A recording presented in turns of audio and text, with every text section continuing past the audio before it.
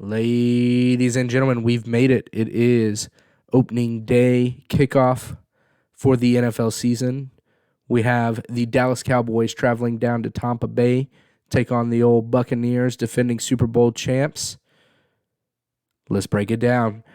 Right now, the Cowboys are 8.5 point underdogs, which I believe is just absolutely absurd, even for me. I do not like the Cowboys, as well known amongst anybody that actually personally knows me. I'm not a Cowboys fan.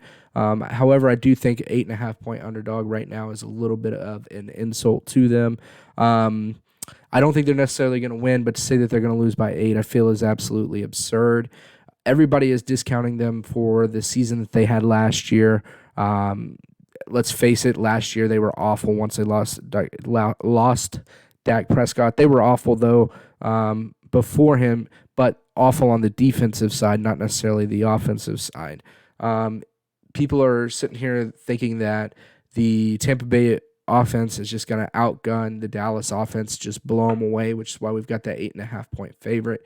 Me personally, I don't live in a betting state, but if I did, I would be throwing my money in on the Cowboys to cover that spread. I think that their offense is being highly discounted right now when really they have a great offense, as long as Dak Prescott is in that offense and healthy.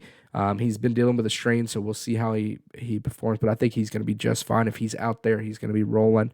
But let's think about what the Cowboys did before Dak Prescott got hurt last year. Week 1, they lost 20-17, so obviously not a whole lot of points scored for them that game. However, they were playing against the Rams, which allowed the fewest points per game last year at 18.5 per game. So, I mean, they got held to the average for the Rams. Not terrible considering you played the number 1 defense week 1. That being said, in week 2, they put up a 40 spot in a win over the Falcons, 140-39. And the Seahawks, they took a loss, but they put up 31 points. They lost 38-31. And then week 4, they lost 49-38. Week 4 was the game that he did go down. He wasn't really a big part of that shootout per se, other than contributing 116 yards to it.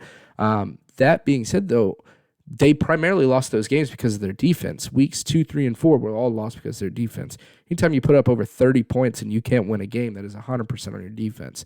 So, while the Cowboys defense may not do the greatest of jobs at slowing down Tom Brady and the Bucs offense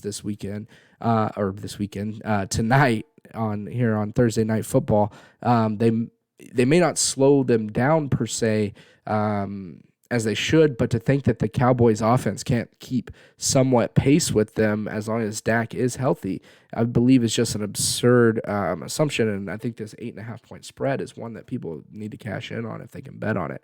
The Cowboys will cover that 8.5 points. You think, oh, well, their defense was real shitty last year. They're going to give up a bunch of points to Tampa. While their defense was shitty last year, the Cowboys did take steps this offseason to address their liability on defense.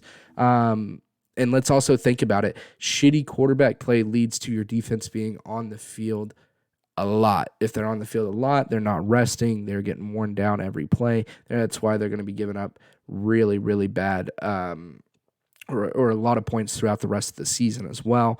Obviously, that doesn't excuse them when Dak was healthy, but nonetheless, they've also made steps in the offseason to get better. They went out and got Dan Quinn, former head coach in Atlanta, as their defensive coordinator now.